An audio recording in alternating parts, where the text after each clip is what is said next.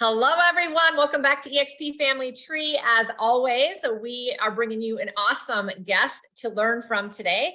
And then we're going to give you a little bit of time at the end of the call to actually do something with what you learned. That's the goal.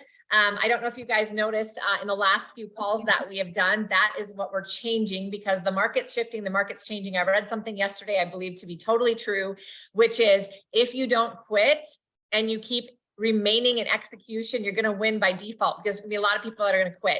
When things get challenging, that's what happens. And we don't need to overcomplicate this. We just need to stay in action and not quit. We also need to have skills. This is a skills-based market we're moving into. And that's why I wanted to bring Dale into the call today, because I've been following Dale mostly through an awesome email campaign that he has, by the way. So kudos to you and your team, because it's very consistent. It's always grabbing my attention. And that's how we first got introduced. I'm not even sure how I signed up for it originally, but that doesn't matter because it's certainly been effective. So Dale Archdekin, and I had to ask him the background of his name because that was really cool. And I had no idea how to say it. Is here with us today. He has a coaching and training company, which he's going to share a little bit about. But I just want to formally and appropriately introduce Dale before he gets started, because he comes with a lot of great experience and you're going to need to know why you should listen intently and learn from him today. Family Tree, as always, I'll go ahead and monitor there. If you have questions, go ahead and chat below this live stream. This will remain live streamed in EXP Family Tree if you want to tag anybody who couldn't attend with us today. And of course, I'll have it up on my YouTube channel in the next 24 hours for you to share with other people who may not be able to access it here in EXP Family Tree or in Workplace, so that you can bless them with this awesome information as well. So Dale comes with us with over 16 years of experience in the real estate world, and quite frankly is a lead conversion expert. That's what we are going to learn, I'm sure, a lot about from him today. Originally born in the Midwest. Hey, where in the Midwest, by the way, Dale? So I was born in St. Joe, Missouri. So if anybody is anywhere near Kansas City, you might know where St. Joe is. And my family, my family still lives mostly in Kansas City. So I'm in Philadelphia. I moved out here for college, met my wife, never went back, but everybody else is in Kansas City. Very cool. Kansas City. I was wondering, I'm from Minneapolis. So whenever anybody says Midwest, I just am curious as to where. We have a lot of partners in Missouri. I don't know if it's not in St. Joe, lots of them in Branson, maybe even a few on this call or watching live stream. So lots of Missouri folks. And so Dale partnered to build the #2 team in his area, which is Philadelphia, as he mentioned, led the top 5 KW teams to many years of success. Started selling real estate in the town of Philadelphia. Sounds like after college, right, Dale? Mm-hmm. And primarily a listing agent. So I'm excited to kind of hear and learn from that perspective, because it sounds like you were really a prospector and spent most of your time calling expireds for sale by owners and basically just doing cold prospecting every day. Yeah, absolutely. It was a grind. And, I was for lack of better decision making on my part, I wanted to be a listing agent during the economic, after the economic fallout of the financial meltdown of 2008. Somehow I don't make the best decisions, but I was like, I'm just going to be a listing agent, right? And that was probably the hardest time to be a listing agent, right? So it was, but I made it through, and then did end up partnering up with someone else, and we built that team to a top 5 mega team with KW. And what my specialty was managing and training in the sales department, and running the sales department, and more specifically building an inside sales department. Awesome. So we had 5 ISAs, it always fluctuates 5 to 7, whatever it may be at any given time, supporting the sales team. And we had 30 agents, and we had 3 or 4 expansion locations. So we were a hub inside that company that was generating appointments and opportunities for the agents. Awesome. And about 650 transactions a year, ultimately, right? Yes. Yeah, exactly. Awesome. And so some of the things that I'm going to teach today were partially developed while learning how to build and optimize inside sales agents. If anybody doesn't know what an ISA is, it means an inside sales agent. It's just a salesperson, either licensed or unlicensed, depending on how people are using it, who is dedicated to converting leads, having conversations, and in some cases, setting appointments for agents to go out and show homes or have listing appointments. Awesome. And so we're going to learn from all of what Dale has learned from in his past experience, as you've heard about. And to kind of round out the bio and introduction, Dale has a passion for helping others. And that's why we asked him if he would share with us, and he so willingly said yes. And specifically in objection handling and generating more business. So we're going to talk about that today. And that's also why he founded Smart Coaching and Training and has created its flagship course, which is called Conversion University. And I'm sure we're going to hear a little bit more about that, or we can get that information for you. If you would like, at the end of the call, we'll put it in the chat box. So Dale, without further ado, take it away, please. And we're very excited to have you. You're Yeah, welcome. of course. Thank you so much. And I have a couple of patterns that I wanted to teach everybody today. We're working on, I have an agent. I'm sure everybody loves hearing that from a lead, right? I have an agent, or I have somebody I'm going to work with or am working with. We're also going to cover follow-up and making your follow-up a little bit easier. And we have this thing that we call the logical next step. So I'm going to teach that pattern really quickly, makes it very simple. And then I want to talk about a pattern that we like to call value propositions. And basically being able to answer the question of why should I buy with you, or why should I sell with you? So those are, Cari, I assumed it was going to be interactive. So what I'll do is I introduce those. And then if you want to discuss them, or if anybody has any questions about how they work or what next or what to do, then I'm more than happy to do that. And I'm going to share some slides. So Cari, I haven't sent those over to you yet, but I'll send the PDF to you and you guys can then send it out to whomever's registered here. Perfect. I do have is that the best way to disseminate the slides, you think? Yeah, if you send it to me, I can even upload it right underneath this live stream in EXP Family Tree, so everybody can grab it. Okay, excellent. So why don't I do this? I'm just going to go ahead and share my screen. And I really like doing it this way because I actually like, I love the fact that you're interactive and that you want these people to have takeaways and be able to be, in action after this. It's really what we do. So we're sales trainers. This is what we do all the time. And so I wanted to show this slide first because a lot of people are, they'll say, hey, Dale, what are the best scripts to use? Do you have a script for X? And, I like to joke when people come to my company and they're like, oh, hey, we want to do training. Are we going to get scripts? And I say, yes-ish, right? Because coming to us and asking for scripts is sort of like going to culinary school and asking for recipes. They're not going to give you recipes per se. What they're going to do is they're going to teach you a pattern or a process. For instance, for making, the basic idea of making a vinaigrette. If they teach you how to make a vinaigrette, what pieces go into it, what proportions go into it, you can basically craft something on the fly with what you have and make it bespoke for whatever situation you're in. So that's the way that we like to do sales training with agents and with ISAs, because we're going to teach you principles and patterns, and then we're going to reinforce those principles and patterns, because creating sales conversation, being able to interact with, connect with, empathize with, and be engaged with a person or a prospect or lead, whatever you want to call it, as a salesperson, the most important thing to know is, how should I approach this? And you can't just memorize reams of data. You can't memorize paragraphs of text, right? So we like to follow principles and patterns. Then we teach those, we practice them, and then we review what they're doing. So if I have any team leaders listening to this right now, or any sales trainers listening to this right now, what we do in my company is not only do we teach the pattern, but then we role play it. And that's pretty obvious. Most people role play, right? But here's what we've discovered is I can teach you something and then I can say, all right, Cari, repeat that back to me, or let's play it, right? You might be a little bit shaky at first, but then you can get really good at role playing with me, right? Yeah. And then I actually think, as your manager, team leader, sales trainer, that you're really going to go out there and say those things to people. Guess what?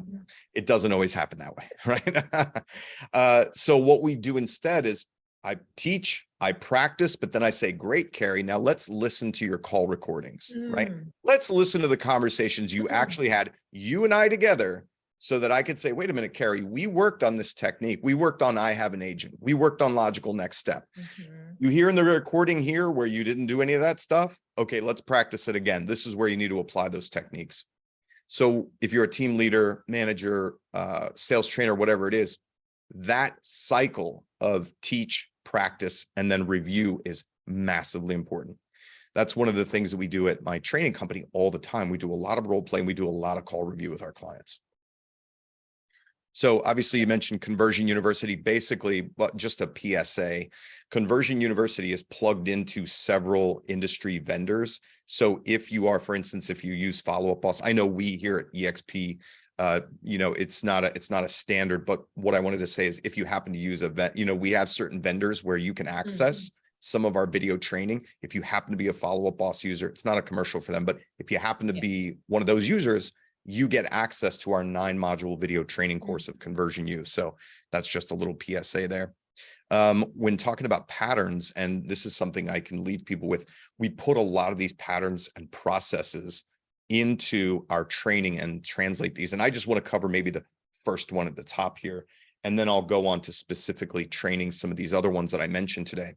So this is when we're teaching a salesperson, one of the amazing things that I've noticed is you'll see this one at the top: now, sooner, or logical next step.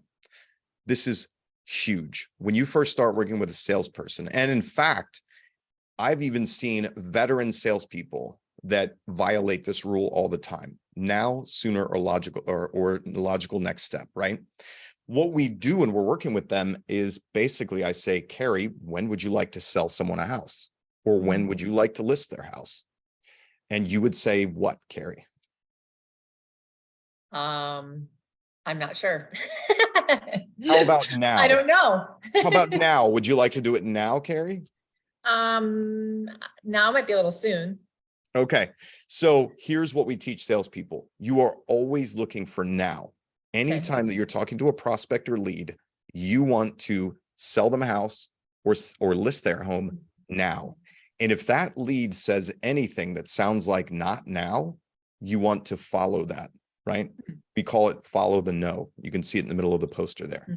So if it's anything that isn't going to be now, follow it. Follow it with your questions. Do it logically. Get them to explain to you why it can't be now, won't be now, shouldn't be now. And if they do that, then move to sooner. Okay, well, if I can't sell you a house now, if I can't list your home now, you've convinced me, I'll move to sooner. Investigate sooner. If they can, and you listen, the truth is, we can't always get somebody to do what we want them to do when we want them to do it. It just doesn't work that way. It doesn't make sense for that person. So if it isn't now and it isn't sooner, then I'm going to make sure that I have some kind of logical next step with you. And I'll explain what logical next step is. I can actually use the opposite. We hear this a lot, where what isn't a logical next step, right? So if an agent's talking to a lead says, I'm not going to buy a house now, not going to buy a house sooner. The agent oftentimes says, okay, great, I'll send you some properties. Let me know if you see anything. That is not a logical next step, right? That is just open-ended. So I'll talk a little bit later about what at least, basic idea of a logical next step. But I just wanted to explain these kind of principles. This is how we teach salespeople. Because if I tell a salesperson, you always want to be focused on now. I'm not saying that you're going to manipulate someone or that you're going to cause them to act against their own best interests. But if I can teach a salesperson to always be oriented toward now, it impacts the kind of questions and the kind of conversation that they have, and they automatically become a better, more productive, more purposeful salesperson. And then if I can add in, hey, don't just be focused on now. If you can't get now, go to sooner. If you can't get sooner, definitely make sure that you have a logical next step with that lead. What do you think about that stuff, Cari? I think it's great. Can we pause for a second and see if anybody has a comment or a question? Absolutely. It makes sense to me. And we always talk about the fact that timing is critical, and we don't always have control. Most of the time, we don't have control over timing. Can we encourage people or motivate people by digging into their motivation? Yes. And yet we don't make the timing. So I like this because we're looking for now, we're looking for following that. And if not, then how do we make it soon? Or what would the logical next step be? So to me, I think it's just nice to break this down and have a process, which is what most of us probably don't have and we don't follow. Anybody have a comment or a question for Dale? Joanne says, I am constantly saying to myself, I need to find the ready now. Yeah, the hot and ready. That's they used to say at my husband's team, like the Papa Murphy's pizza. Yeah. Yeah, I that's really great. liked his analogy with like the, making the vinaigrette, because I can totally relate to that. And I feel like it totally changed my mindset around scripting. So I appreciate that. Very cool. Great. Thank you so much. Yeah, that's what we try to do. When I first set out to create, when I was running and building the inside sales teams, you can't, I discovered you can't script out everything. That's why scripts break. It doesn't work. You can't, if you guys ever seen Dancing with the Stars, you've seen that, right? There's no manual for what they're doing, right? They have some concepts and they practice their concepts. And in the moment, it is what they're doing. It's their energy. It's how they're going about it. It's something that gets created in real time. That's the way a really great sales conversation goes, is it gets created in real time based on some core principles and processes. And so that's what we like to teach: principles and processes. And then we practice those, and we practice them in different iterations, so that Candace, for instance, if we really embedded now, sooner, logical next step into your brain, and we roll through all the different objections that could ever be thrown at you in all the weird situations, and we teach you how to just stay focused on now and then sooner, and then setting up a logical next step, you can encounter anything, and we can't write all that out for you. Excellent. So do you guys want to move on? Let's move on. That's actually a big aha, and then we can move on. That is a big aha, because I think the reason people sometimes shy away from the word scripting and scripts and role play and script practice and all those things is because they feel like in the real world or in their conversation at that time that they aren't actually using it, because what they're preparing for isn't like the reality. So I think that this is just a great reminder that you have to be prepared. You have to have almost more like a process to follow. Yes, the right objection handlers, the things that you can pull from in your mind to be successful, but it's not going to be an exact script, like an exact recipe, because that isn't probably reality, right? Right. Yeah, I'll give you a little example. When I say now, sooner, logical next step, this is very similar, a very simple one, very common. So I call a lead registers on my website. I call the lead. Hey, this is Dale from Amazing Real Estate, whatever, right? And I ask them some variation of, are you planning to buy a home? And that lead says, oh, hey, thanks for your call, Dale. We're not going to be buying until the fall, right? Probably around August. Now, if before training, before being focused on now, I might do something that a typical agent does, which says, oh, wow, that's fantastic. I can totally help you find a home in August. Tell me what you're looking for. Some variation of that, right? Now, after we teach, be focused on now, that agent, instead of talking about the what 6 months from now, they instead would say, oh, got it. You're planning on buying in August. What's important about buying in August? Because that agent is focused on now. Wait a minute. Tell me why it can't be now. Explain it to me. What's important about August? Just that little shift in the way that a salesperson approaches the conversation comes from these kind of principles. Whereas you might spend 10 minutes talking about what kind of house they're going to buy 6 months from now, when what you could be talking about is, how are they making decisions not to buy now or not to buy sooner, which is a much more productive sales conversation. And here's the thing, because I'm a cold call guy, because I was a stranger business kind of guy for so many years, here's what I know. Generally speaking, nobody wants to talk to a salesperson until they're ready to talk to a salesperson, especially if that salesperson is a stranger and they don't know you. So I want to have the most productive conversation I can have in the shortest amount of time, so I don't lose that lead or that opportunity who isn't ready for me yet. That's why you have to be really on point. And when we teach these kind of principles, like I said, rather than spending 10 minutes talking about the kind of house somebody wants to buy 6 months from now, I can be much more purposeful in my limited amount of time with them to see if I have an opportunity to speed that clock up at all. That's a big part of what these principles do. Love it. Excellent. Should we move on to the next one? Yes, please. There's a whole bunch of that poster. I'm not going to unpack the poster. I want to go right down to, I have an agent. And I wanted to use some of our patterns that are most applicable for people right now and one that really stumps them. So when I say I have an agent, I just want to give a disclaimer to this. It's, I'm using that as a shorthand, and because it's a little bit, it catches your attention and it covers a lot of things.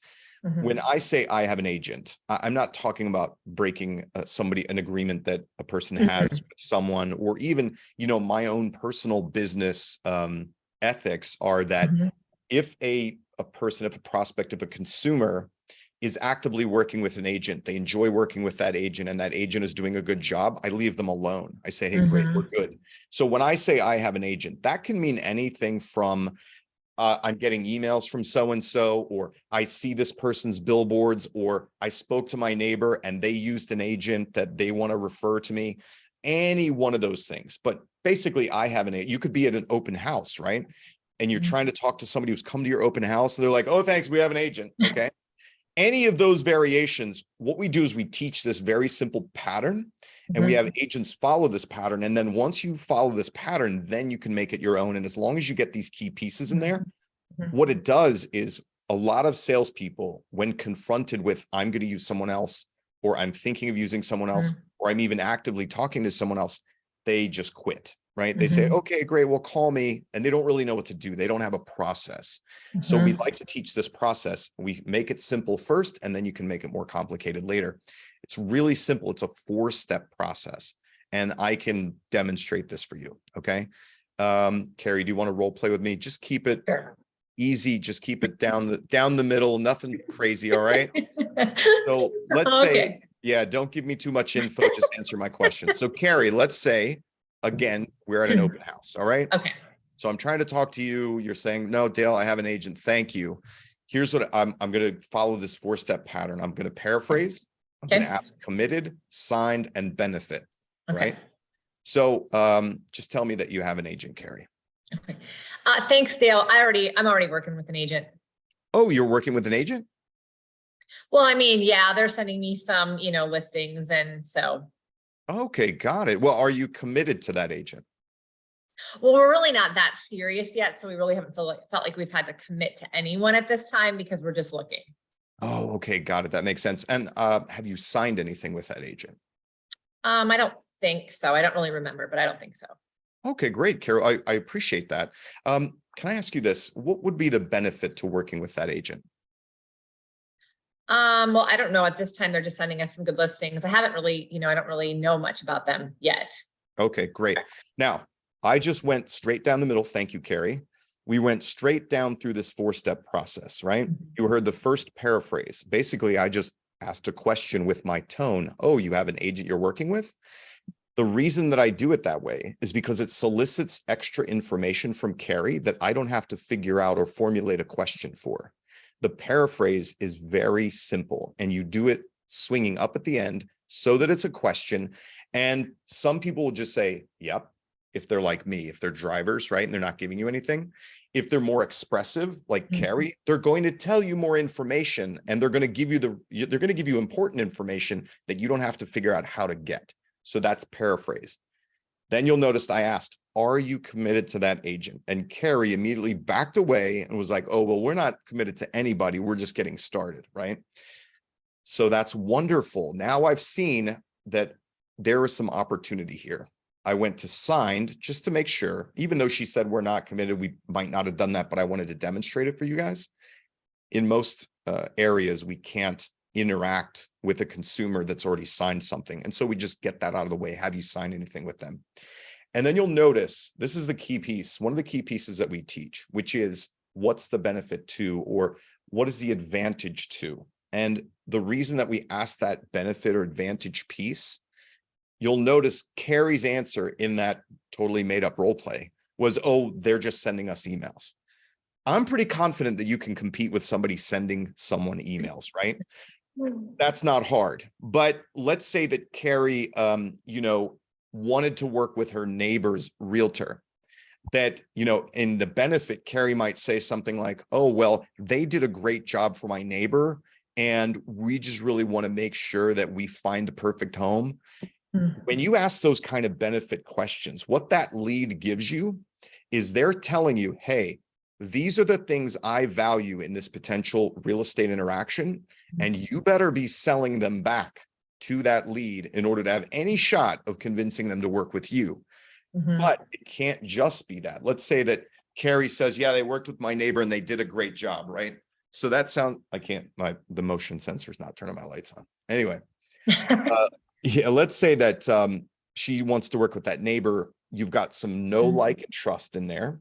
You've got some evidence of success, right? So if I'm going to sell back to Cari, trying to get an opportunity to work with her in that situation, I better sell her know, like, and trust. I better sell her some evidence of success.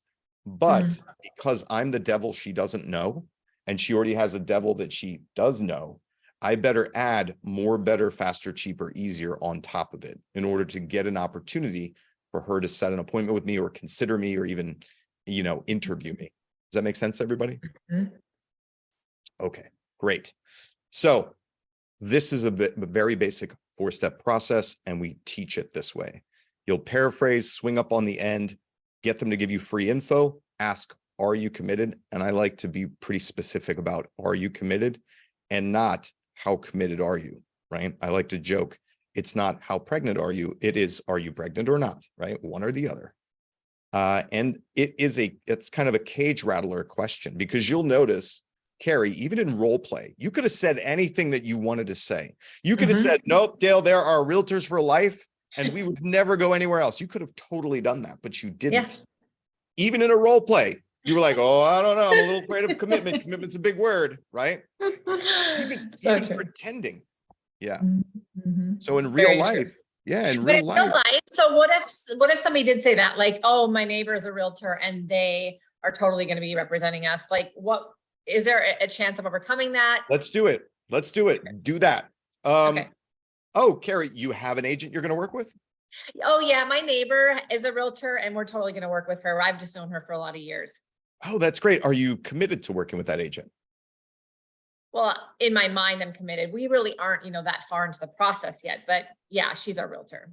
Even in a role play, you just waffled. All right, let me go back in. Let me just go back in. This is my personality, by the way. What's that, Cari? I said, this is my personality, by the way. I don't want to hurt anybody's feelings. No, I totally appreciate that. Oh, you know what? I think that sounds amazing, Cari. Have you signed anything with your neighbor yet? Not yet. Okay, wonderful. So tell me this, Cari, and I'm going to negate some of what you just said. So listen to how I do this. Got it, Cari. Listen, I think it makes a lot of sense that you'd want to work with somebody that you know and trust and have known for a long time. Other than that, is there a specific advantage to using your neighbor over any other agent in the market? Just that I like her and trust her and know her. Okay, she seems wonderful. like she knows her stuff. She's been doing it for a long time. So. Oh, that's fantastic. That sounds great. Okay, so let's listen to what I did. You heard me say it. I validated you. Makes a lot of sense. You'd want to work with somebody that you know and that you have a lot of experience with and trust with. And then I said, other than that, I basically said, hey, all that stuff you said, let's stick it over there and tell me if there's anything else in there, any other reason, right? Now, you might have said, well, she'll kick back her commission, or she has a buyer advantage program, or, she's going to give us a break on listing our house if we buy through her. You might have said any additional items, right? But I took what you said and I basically negated it. And I said, what else is there? And that really was all there was. Yeah. So once we have that answer, here's what I might do, right? I have to sell you know, like, and trust, and I have to somehow make it okay. I have to preserve your sense of self so that you don't ruin a relationship or have a difficult conversation, right? That's what I have to do to have some kind of shot, right? Everybody, you can hear that based on our interaction. Okay, I'm going to give my best shot. Now, this is probably one of the hardest ones to do, similar to like getting involved in family, like my mom is my realtor, right? That's probably one of the hardest ones, but listen to this shot. Cari, it makes a lot of sense. And when we work with our clients, 99% of the time we start out in a business relationship and they literally become close friends and confidants. And we really love that level of relationship with our clients.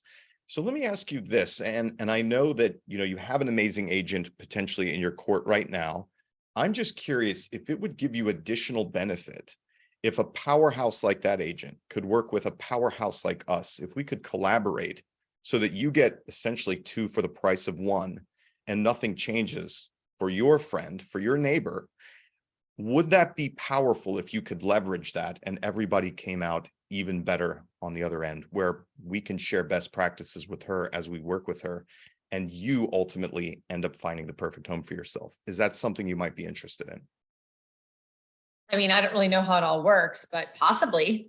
Okay, so that's about the best shot I could make at that one, right, everybody? Yep. Yep. So why did I tell you that we start out in business relationships and we end up in, personal, like a personal, deeply friend relationship? Why everybody guess why Dale did that? Okay, unmute yourselves, guys.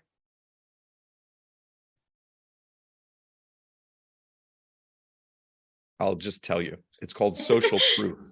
It's called social proof. So if I'm speaking to a lead that highly values know, like, and trust in relationship, I can't say, oh, Cari, you should work with us because we are nice too, and you'll like us too. I have to use social proof. I have to tell you a story, right? I have to tell you a story that you can identify with, which is that 99% of our clients start out in a business relationship and they end up in a deeply personal relationship with us, and we lovey-feely each other, right? I have to use that as an example. I can't tell you that that's what's going to happen with us.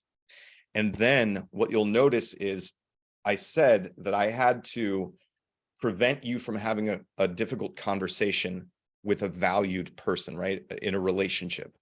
So by going the route of a partnership or working together, all of you amazing experienced salespeople know that's just a referral fee, right?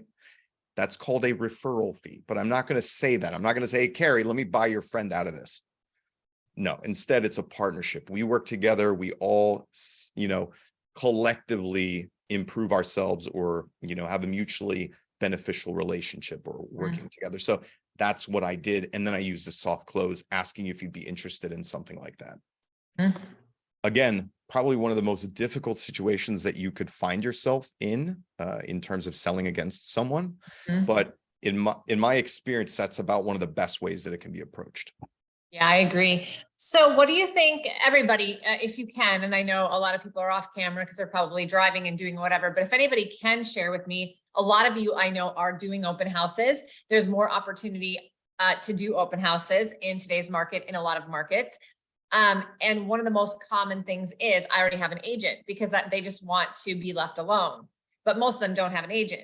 And so most of them aren't going to say this, have this response that I said. Most of them are going to have probably a little bit closer to my first response, or maybe somewhere in the middle. What is the most common response you're hearing when you are talking to people at an open house? If anybody has one to add, because if this is what you're doing on a weekly basis, I would like to have you feel equipped with some of these patterns and the right things to say. Anybody? I usually just get the one. Oh, go ahead. Oh, Cari, I was just going to say, yeah, the one big thing is always, I have an agent, but I always just try to engage for more information.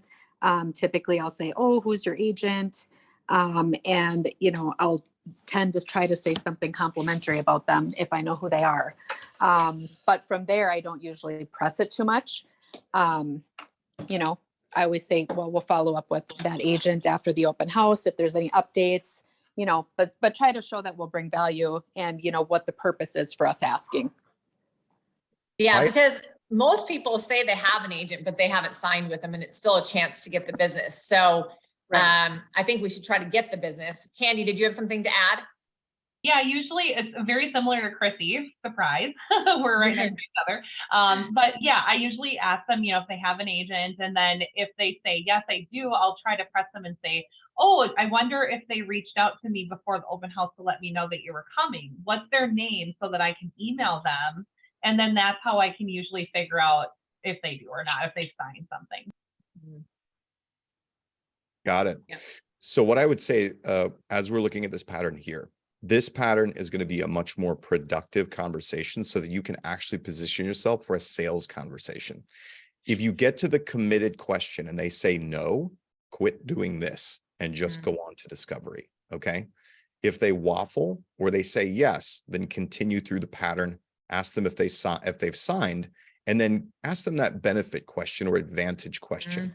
That is the tell. That is where number 4 is where you're setting yourself up for a sales opportunity. That's where you're setting yourself up to get permission to be interviewed.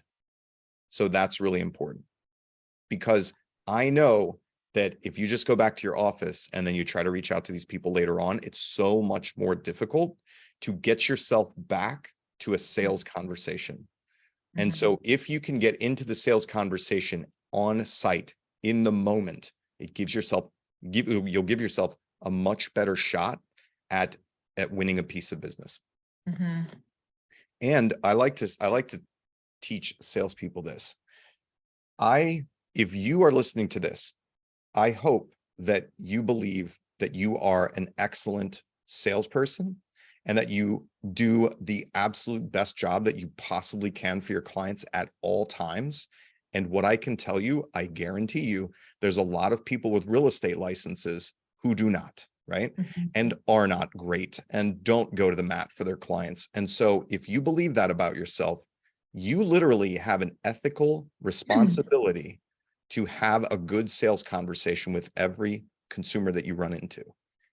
And so I want you to set yourselves up for that conversation. You will not win them all, but I'm just saying that you have a responsibility to offer a high level of service to everyone that you interact with. Yeah, I agree with that. I always tell people, if you truly believe that you are the best person for that person, it's like your obligation, responsibility, quite frankly, to let people know that they should consider you instead of their friend down the road who may not really look out for their best interests, may not have that much experience or whatever the case may be, without being derogatory and really just selling yourself. But if you don't have that confidence, then that is going to be where you have, I think, possibly an issue in being able to passionately articulate that. Yeah, we can use an analogy here that would help for salespeople. Imagine contractors, right? Contractors for homes. If you are a properly licensed, experienced, trained professional, and you know that there's lots of, quote, guys with a truck out there who don't have licenses or don't do things the right way, you would feel compelled to make sure that every consumer you interact with understands the high level that you operate at and that you actually know what you're doing, knowing that they can accidentally run into people who don't know what they're doing. Absolutely. Excellent. So I feel like I should move on because we might not get some of this in there. Kim, it looks like Kim has a question. She has her hand up. Yes. Yeah, let me start my video. Okay. So I've been working, with someone else for the past couple months. And so I'll just kind of share, and I think this feels pretty comfortable, kind of what you were saying, Cari. Okay, great. You want to work with your neighbors, realtor. Okay, that's fine. But you owe it to yourself to hire the best agent for the job, don't you? Right? So just because it's the neighbor's realtor, maybe it's not the best agent for the job, right? Why don't you, let's you make a decision and hire who you feel is the best agent for the job, not just on hearsay or something like that. Maybe you don't mesh with that other realtor. Maybe you guys aren't going to click together well, so I kind of just throw that out there. They have control, the seller, they can decide who they want to work with, not be pushed or persuaded by the neighbor, just kind of throw that back in their court. Don't you owe it to yourself to hire the best agent for you? So yeah, that's great. Excellent. So let's talk about follow-up real quick. You know how you mentioned logical next step? Yes. I'm just going to give you guys a very simple pattern for logical next step. If you can't get the lead to meet with you, if you can't get them to jump on video with you now, or have a consult now, or have a listing appointment now, or meet with you in some capacity, we want to have a logical next step. And this is very simple, and you guys can write this down. So this is what we teach basically salespeople is whenever you end a conversation with someone, you need to know when you're going to talk next or meet next, why you're going to talk or meet next. And this is an important one, what the prospect will get out of it. Okay. Why they should interact with you again. So for instance, let's say I'm talking to a lead that is registered on my website. They aren't going to buy now. They aren't going to buy now. They aren't going to buy sooner. It's going to be that 6 months down the road, for instance, right? I might say, hey, great. I'm going to send you some emails based on the description of homes that you're looking for. What I'll do today is Tuesday. I'll reach out to you tomorrow, say around 5 or 6, just to make sure that you're getting the emails and to make sure that I have the settings correct. So I'm not sending you things you aren't looking for. Right. So that's when it's a very simple demonstration of when we're going to talk next, why we're going to talk next, and really importantly, what the lead's going to get out of it. The reason that I point this out is that oftentimes salespeople end conversations or they end interactions without this logical next step. This will make your follow-up so much more easy because you've already lined out when we're going to interact, why we're going to interact, and some kind of incentive for that prospect, what they're going to get out of it. Okay. So write that one down, guys. When we'll talk next or meet next, why we're going to talk or meet next, and what the lead's going to get out of it. Any questions about that? Okay, good. I know we're running out of time, Cari. Let me teach you guys this pattern. Okay. Why should I buy or sell with you? This is an important one, value statements. So we made a very simple formula. I'm really oversimplifying this, but we're running out of time. So what you want to practice is your ability to articulate your value. And it can sound something like I or we or my team have certain experience or knowledge or process that gives you a result, right? And so if I were to just pull this off the top of my head, Cari, my team and I have 20 years of selling experience in this neighborhood. We sell, most of the homes that happen. And if we haven't sold them ourselves, we've been through those properties. And because we have that level of knowledge of the real estate inventory, we typically are able to get our buyers a better deal, win those homes for them against 20 to 30 competing offers, and make sure that our clients have the best chance of success. So you hear I just did that pattern, right? I ran with my team. I talked about our experience and somewhat of our process, and then I tied it down into specific results that my fake buyer Cari would enjoy by working with us. So that's a value statement. Yeah. Good. So what I would suggest for everybody listening and anybody who listens to this live stream afterwards, think about this. If a buyer asks, why should I buy a home with you? A seller asks, why should I list my home with you? If you don't have something compelling that you could say, like an elevator pitch, you need to work on it. And this is an easy pattern to put that stuff into. Okay, great. How far over are we? No, we're not. We're good. We leave it up to an hour. We just like to stop a little bit sooner. So if there are any questions or if we had more Q&A or more conversation, we weren't rushed. So, okay, great. Let's really quickly unmute ahas, something you learned, something that you're going to take away, or a question, because we do have a conversion expert on the call with us after all. So if there's something that you're really struggling with, let's see if Dale can help us for the last couple of minutes. Joanne, I saw that you unmuted. I'm still kind of processing. There's so much here, but I'm working through. Let me come back to me. I'm processing. Okay. Candace, do you have an aha, or Kim? Yeah, I had one recently where I felt pretty proud about my objection handling. So it was a property that my buyer had found off market. And so she had already had a realtor. So she was very reluctant to have a meeting. And finally, after many attempts, we got to the meeting. And I did find out that she hasn't really been committed. She just felt obligated to work with this agent because of some situation in the past. So I asked, the question, how is this agent going to work for you and work with you? And then she was more concerned about loyalty. And so I made sure that was something I mentioned. I really applauded her for being so loyal to her realtor, and that it was a tough conversation to have to call her realtor. So I offered to call her realtor for her and pay her a 20% referral fee to help if that, would make her decision easier. Because of course, if I was going to be representing all parties, it would save her $12,000 in commission. So, and eventually at the end of it, she said, we don't need to call that realtor and you don't need to pay that fee. And I said, well, I'm more than happy to, because my reputation and loyalty is important to me. So it was a way that I helped, get her loyalty. So by the end of that, she was very appreciative and she's like, I'm working with you. I'd be crazy to work with anyone else. That's great. Congratulations. I love to hear that. That is a good one. I think most people, when they say I have a realtor, unless it is a close friend or somebody they've worked with in the past, which we just know is unfortunately quite rare because realtors don't do that great of a job keeping in touch and building the relationship. That's just the reality. It is more out of like some sort of obligation because they just feel bad. And at the end of the day, when we start looking at it as a business proposition, and this is one of the biggest, if not the biggest, sale or purchase they make, at some point you have to realize that shouldn't probably be the reason I'm making a decision. I better be making a decision when I, more logically here, and people that I feel like are going to help me get to my goal in the best way possible. And sometimes it just takes a little while to get people there. So that's really awesome. Good job, Candace. Anybody else? Carrie, I'm ready. So Candace, thank you. You kind of jogged my memory with what I was trying to say. And I've used that strategy before. This homeowner didn't end up selling at that time, but they had a long time committed realtor and they wanted to work with me, but they felt really uncomfortable. And I said, listen, I can even talk to her. I can give her a referral fee if you feel like that is the way you want to go.